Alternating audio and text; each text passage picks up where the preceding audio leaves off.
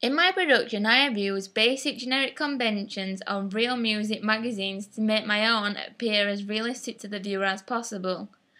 I did this by firstly researching the genre of music which my magazine would be based on, which was rock, and other competition in the rock genre of music.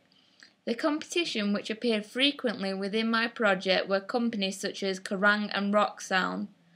From the research, I found that due to the genre being on a rock basis, the colour scheme generally featured the colours black, white and red.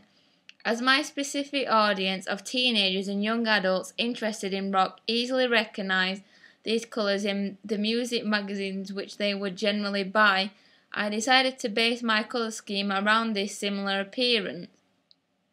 However, I added another colour which would stand out from the other magazines. As shown below, this colour was a deep purple. My magazine also follows the conventions of a rock magazine as it uses a wide variety of fonts on the front cover, which stand out towards the viewer. The first font which I used to specifically attract the attention of my target audience was the masthead. As shown below and in my research, the masthead was one of the main aspects which attracted the attention towards a magazine. This was because it was usually large, bold, capitalized and part of the magazine's specific house style. Therefore, I used a font which appeared outrageous like my competitions. In this case, I used the font 28 Days Later. This was used as it connoted a rebellious attitude within the teenage audience and stood out on the page as it was capitalized and made bold. Also, the title appears on the top left-hand corner, which is commonly where a viewer would expect the masthead to appear on a magazine in general. Other fonts were also used to ensure my own project followed basic conventions of a rock magazine. This is shown through the main headline, as traditionally the headline font is used to reflect the band name and personality towards the audience. In my case, I have used a type of gothic/rock style of font to reflect that the band in my magazine, called Destroyer, was a rock/metal genre band.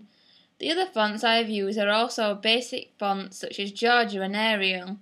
These were used to enable the audience to easily read each aspect of my product which were of importance, such as magazine competitions and information concerning bands. Other conventions I have used to portray a realism in my magazines were the images. This is because, unlike other magazines, I have added smaller images to become posters within my magazine.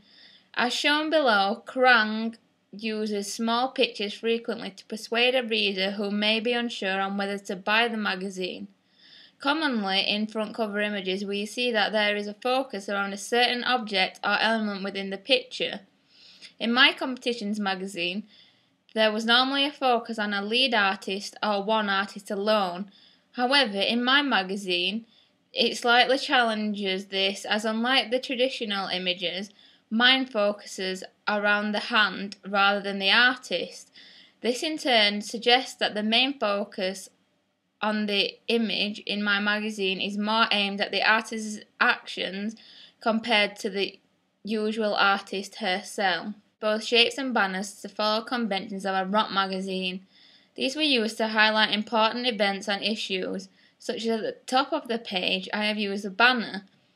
These are commonly used to show what other bands may feature in a music magazine to persuade the unsure audience. However, again, I have partly challenged the convention of a rock magazine, as a list of bands usually appears at the bottom of the page or at the side, yet my list consists of merely 4 bands at the top of the page to make the magazine seem less crowded. Like Kerrang, I have used shapes to create a sense of youth and informality to connote to the audience that this relates to teenagers and young adults. These shapes are also used to show a possibility of winning items within the magazine, creating excitement. This is shown in my magazine when I have used the star shape to highlight the possibility of winning tickets to see a band. In conclusion, I believe that my magazine generally follows most of the conventions of the real rock magazines, and only slightly develops on the common conventions by making the front cover appear less text-filled and busy in order to attract a young audience.